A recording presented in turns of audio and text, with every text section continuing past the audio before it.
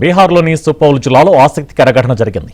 పొలంలోకి వచ్చిన ముసలిని బంధించిన రైతు భుజాన మోసుకుంటూ నేరుగా పోలీస్ స్టేషన్కు వెళ్లాడు. ఈ దృశ్యాలు సోషల్ మీడియాలో వైరల్గా మారాయి.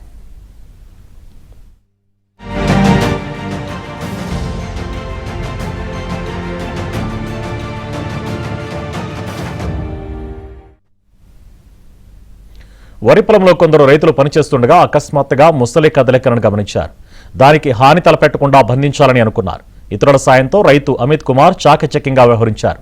ముసలి ఎవరిపైనా దాడి చేయకుండా ఉండేందుకు ముందుగా దాని నోటిని తాళ్లతో కట్టాడు.